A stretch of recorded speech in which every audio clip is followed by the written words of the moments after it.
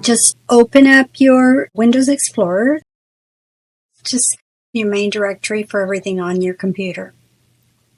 If this window is a little bit small, just pull it down.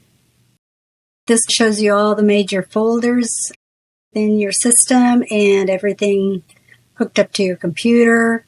It's all under this PC. If you open it up and it comes in like this, don't worry.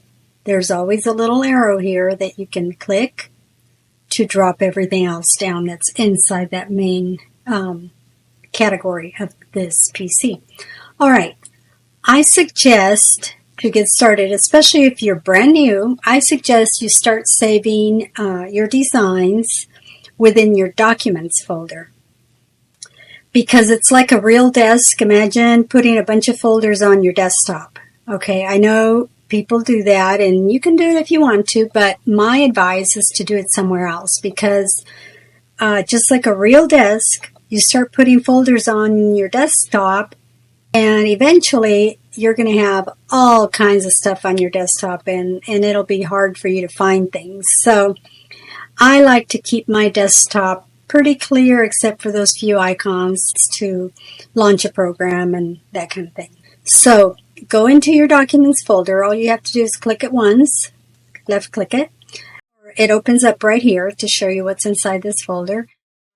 You'll get the same thing here, but we can't really work on this in this column. We need to have it open on the right side. So what you need to do is right click in any of this empty space, scroll down to New, and Folder. That easy.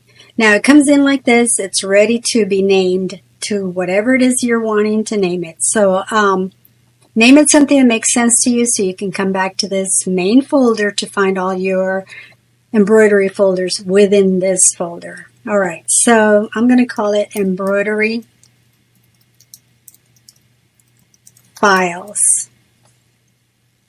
All right, that makes sense. So that's the main folder that's going to contain all the other folders.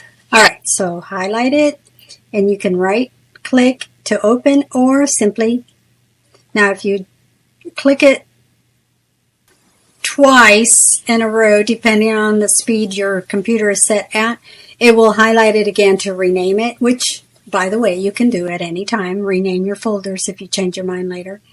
However, I didn't mean to do that, so I'm going to double click it, and it opens up. So here's the location, this PC and Documents and Embroidery Files, and we're inside this folder, obviously.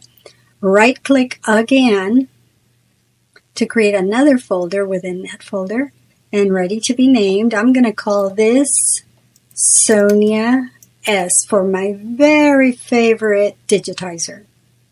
And you can do the same thing if I'm your favorite digitizer.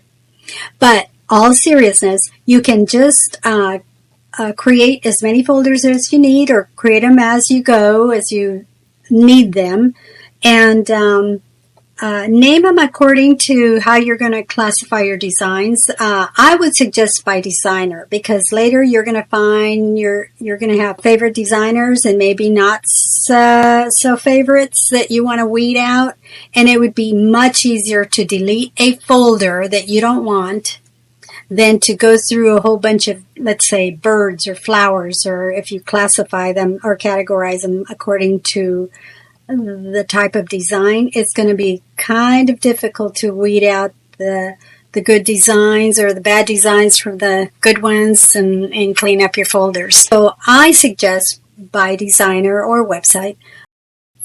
But again, you can just do it whatever makes sense to you and whatever works the easiest for you.